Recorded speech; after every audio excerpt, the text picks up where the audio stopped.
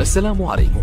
لا تنسوا الاعجاب بالفيديو والاشتراك في القناة تشجيعا لنا لنستمر بنشر المزيد ان شاء الله. السلام عليكم ورحمة الله. أهلا بمتابعي قناة باب دي زاد. صحة فطوركم خاوتي، إن شاء الله كامل راكم بخير. كما على بالكم جيون هذه الخطرة دار تحديث اللي هو النسخة 3.05 واللي كان فيه أهم نقطة ولا تم تصحيح أهم مشكل، وهو مشكل الويفي. على خاطر شفت كثير من الناس في التعليقات يشكو من مشكل كلي ويفي أو من مشكل الويفي. هذا التحديث جاء خصيصا لتصحيح هذا المشكل. وأيضا جاء في تحديث ترقية سيرفر فانكام من النسخة 1.43 إلى النسخة 1.45، وأيضا تم تصحيح مشكل إضافة الصوت كما راح نشوفه في هذا الفيديو إن شاء الله. خاوتي قبل ما تقوم بعمل التحديث تأكد من أن النت تكون عندك يعني ممتازة، يعني ما فيهاش تقطعات. وأيضا من الأفضل تقوم بعملية ضبط المصنع. مش معنى ما تقدرش دير تحديث بدون ضبط المصنع، لكن من الأفضل وذلك لتفادي المشاكل أثناء التحديث. الآن قبل ما نبدأ عملية التحديث راح نشوف إذا الجهاز تاعنا راه متصل بالنت أو لا. راح نذهب أبس مع دائرة النتورك، ثم نروح الواي فاي، ننتظر هنا. كما راح نشوفو الجهاز تاعنا راه متصل بالنت.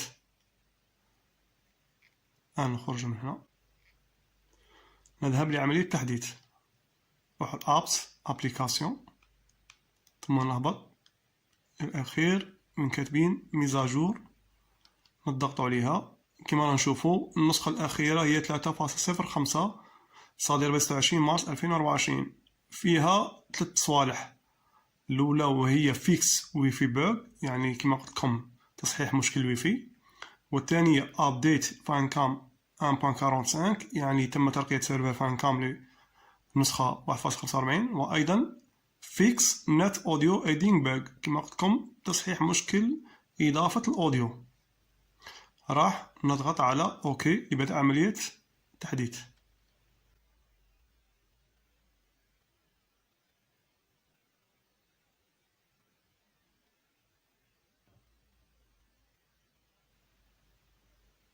هنا يقول لك تريد تحديث، ندير له نعم وي. ننتظر حتى اكتمال عملية التحديث.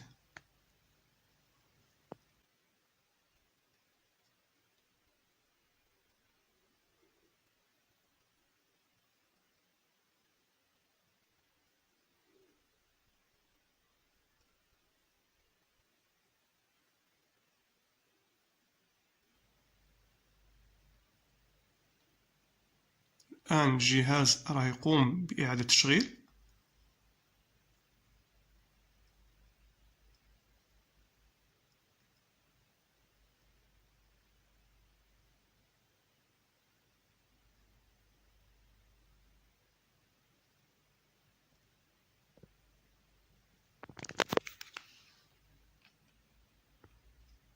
الآن راح تأكد من أن النسخة اللي ثبتت هي 3.05.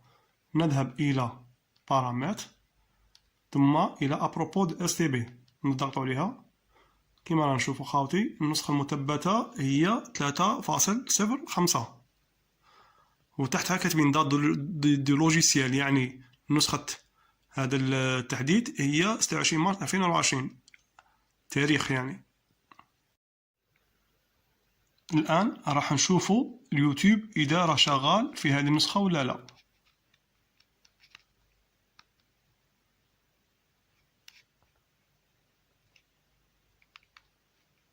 راح ندير الفيديوهات الخاصين بالقناة.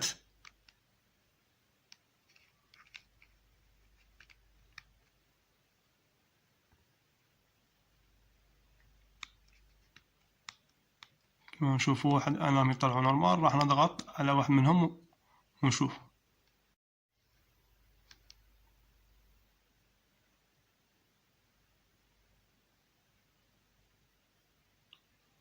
كما راه نشوفوا خاوتي اليوتيوب راه شغال 10/10.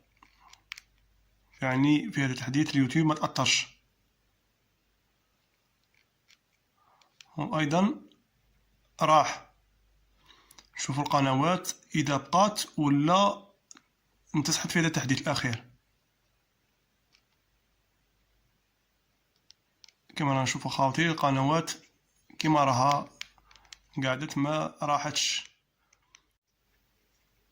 أيضا راح نشوفوا تطبيقات الشبكة إذا كاين واحد ينجدد ولا لا. كما رانا نشوفوا نفس التطبيقات أبولو، فولكا، ماغنوم، ستريمينغ، ماي اتش دي، لينكس، فينيك، ماتادور، جولاين، ميجا ستار، فوكس، شوترز، جوبيتر، غوستو، جلوبال، تيوب، اكستريم، ستالكر، نتلينك، تيك توك. يعني نفس التطبيقات، ما كانش تطبيق جديد في هذا التحديث الأخير. وأيضا راح نشوفوا سيرفر فالكام اللي ترقى للنسخة 1.45. نتورك، راح السيرفر كما نشوفوا خاوتي السيرفر راه النسخة 1.45 فالكام 1.45.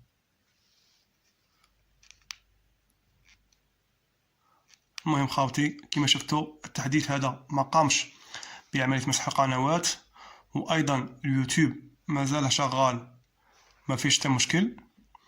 وايضا اللي كان عنده مشكله تاع الويفي ان شاء الله في هذا التحديث راح يتم اصلاح المشكل باذن الله.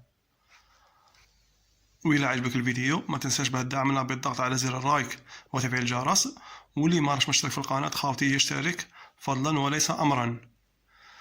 اللي عنده اي سؤال ولا طرح يترك لي في صندوق التعليقات وراح نجاوب عليه باذن الله. تهلاو في روحكم خاوتي، دمتم في رعايه الله، والسلام عليكم ورحمه الله.